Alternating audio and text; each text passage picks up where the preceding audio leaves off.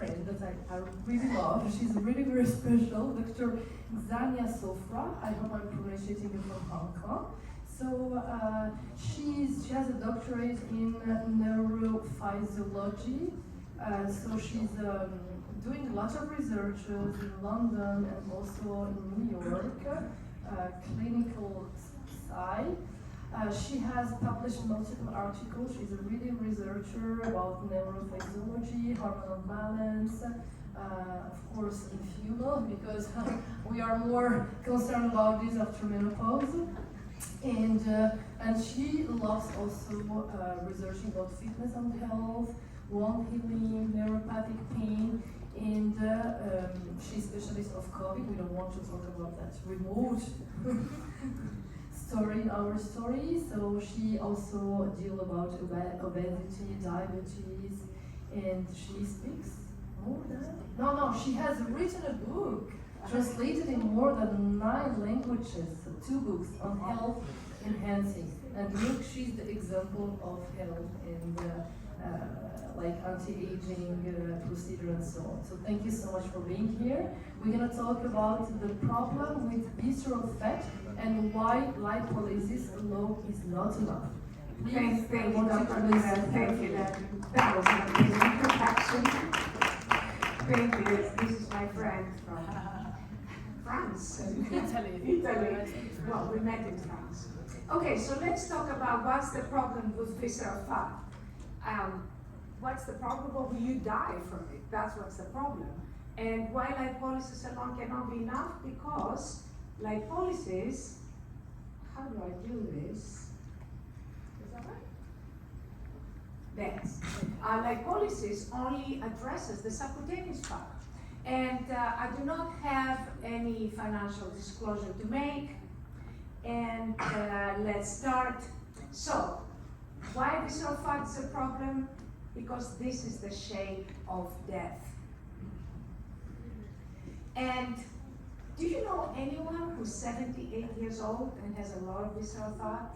You know anybody like 75, 73? Anybody? They die. They die.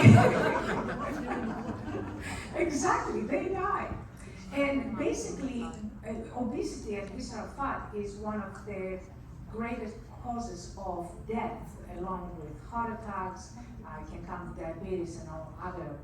So what I did is I went and I looked at about 376 studies of lasers and cryolysis, and most of them, about 99%, are dealing with subcutaneous fat.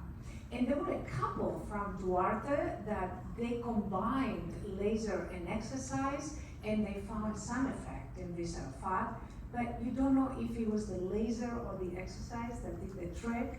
And when they tried to replicate the study, the results were not the same. So there was no external validity for this particular study. And instead of visceral fat, let's talk about fatty liver. Why the fat kills you is because not only it wraps itself around your vital organs, but it invades them. And once it invades them, then the vital organs cannot function.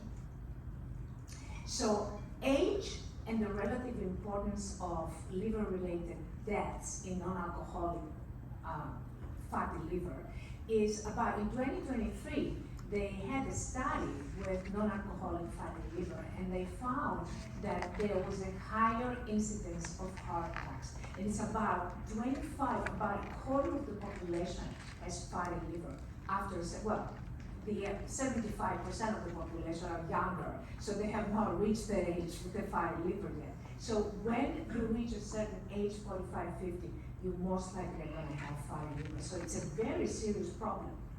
And we're talking about why lasers and lipolysis is not enough, because I know how you present very nicely that it's skin and then it's fat and then it's muscle, like 3 layers. It doesn't work like that. Have you been to the butcher? You see how the fat invades the muscle. So if a laser burns fat, it will burn muscle.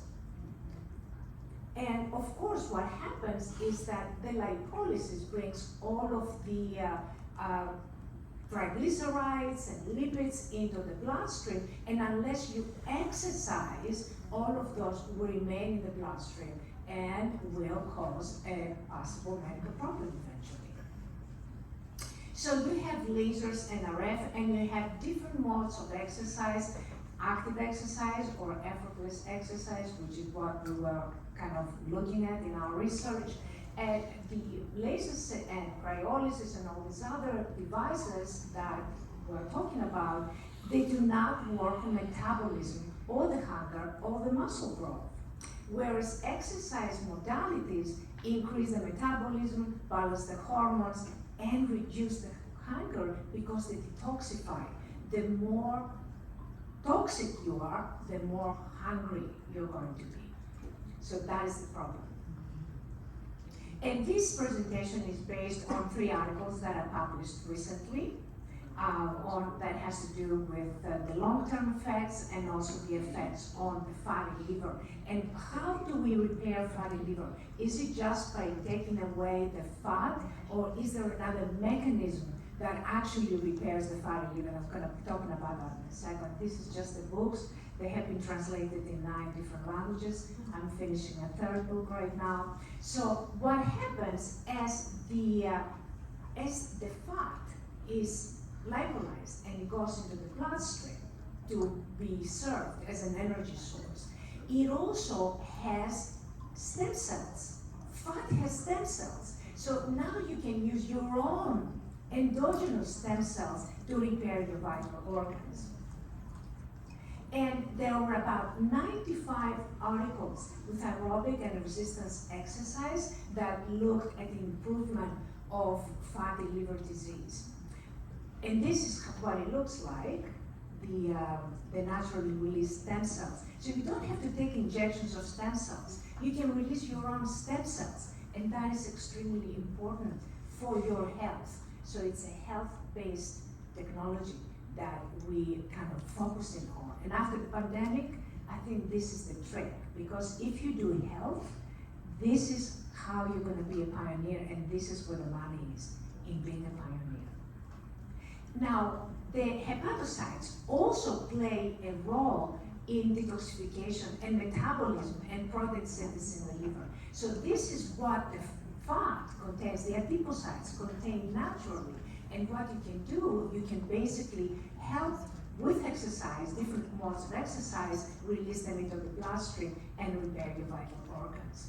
There was now a study of 8,862 individuals that looked at creatinine and alanine aminotransferase and aspartame aminotransferase and insulin resistance, and they looked at, and this is the indices that basically have to do with a healthy liver. And so what we did is we did a study, and we used an effortless exercise modality that what we looked at, and we looked at all these indices, the ALD, the ALP, the albumin, the creatinine, the bilirubin, and we also looked at ultrasonography reports of fatty liver before and after. And what we found is that the ALT, the average decrease was 24.81. Now, you need to understand these percentages do not mean much, because you don't want to have ALT below the average range. You want to optimize these elements, not have them too much or too little, they're both deleterious to the health. The ALT minus 30.40%, ALP 1452, again, it doesn't matter, but it basically depends where they were before. And the albumin also increased significantly. And this is again the percentages that you can see a little bit more clearly. Very important, the liver, the fatty liver in ultrasonography reports, in about 80% of the individuals was normal, and about 20% obviously probably needed to persist more.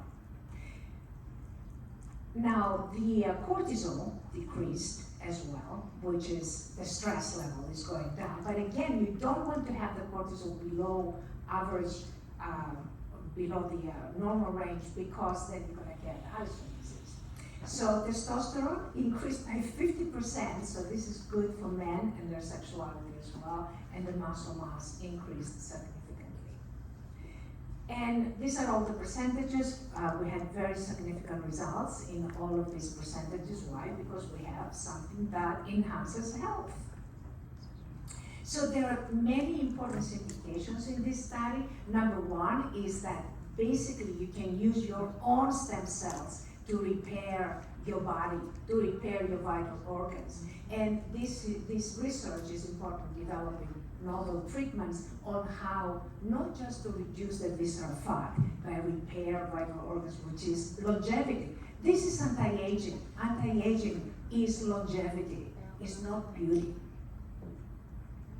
And then we did some more studies to see the long-term effects of what we're doing. Does it last, in other words? So this is something that is temporary and then it goes away. And we had 10 overweight individuals. We did give them recommendations for diet and healthy lifestyle, but guess what? They did not follow any of our recommendations, none. They had some excuse. So after 7 months, what we saw is that the AST optimally decreased in 100% of the subjects and remained decreased for 7 months, which was very significant. Bilirubin also decreased and remained decreased and within the normal range for 7 months. So that was quite significant. Now, ALT had a very interesting thing. Some people were very high in ALT and they went down to the normal range, about 23% of them. And 40% of the individuals were below and they went up to the normal range. So basically what you look at is that this technology balances you. It gives you the hormonal balance and the balance of all these elements that is necessary for you to enhance your health and live longer. Same thing with the GGT. It went down in 10%, and 10% up in different subjects. The people that had too much, they were normalized. The people that had too little, they were normalized. And why? Because if it's high, it's liver disease. If it's very low, it's magnesium deficiency. So again, cortisol. Cortisol went up for people that had very low cortisol, that would give you Addison's, and it went down to the people that had very high cortisol. Again, you see an optimization, which is basically the target of health. And testosterone and T3 were optimized and remained in the average range. So after 7 months and 6 treatments, only 6 treatments, and most of them came as normal, quote unquote, none of them were exactly normal because they had all of these imbalances to start with. So the basal metabolic range increased in 80% of the subjects and remained increased for 7 months. Obviously their lifestyle played a role in it, and you can see the importance of lifestyle and how changing your lifestyle is what can secure it. Muscle mass remained increased in about 80% of the subjects. Obviously, it cannot be because of their lifestyle. They were not moving, they were not doing anything. And wasted cancer was decreased in 100% of the subjects. So the results of these longitudinal studies supported the findings of previous short-term studies. And there were about 35 articles that I have written with different modalities. And effortless exercise does have lasting effects. However, I don't want to leave you with a message that any type of lifestyle is going to do the trick. The lifestyle is extremely important. That's why we got 80% or 90%, but not always 100%, because the lifestyle interferes with the metabolism, interferes with all of the indices that we were studying. So healthy lifestyle is essential, and it should be taken into consideration by all doctors that are trying to do longevity and health, and anti-aging, which is longevity and health, and in delayed aging, in decreasing the risk of disease, and the visceral fat that accumulates. but at least we have now some methodologies that we know they can reduce the visceral fat and they can repair the vital organs through your own endogenous stem cells. And that is the most important finding of these studies. So basically, this is some of the studies that I based what I just told you, and this is just articles I have written in many different journals. And that's more articles, and even more articles. And if you do need to contact me, for any questions that you may think later on, you can contact me at science@ielias.com. And with this, I would like to thank you for listening very much. Thank you. Okay, for the next speaker, I would like to introduce the Professor Daniel Kalbumaton from Switzerland. He is the plastic surgeon who is active in research and plastic surgery academy education in Burns. Okay, he will share about health by using a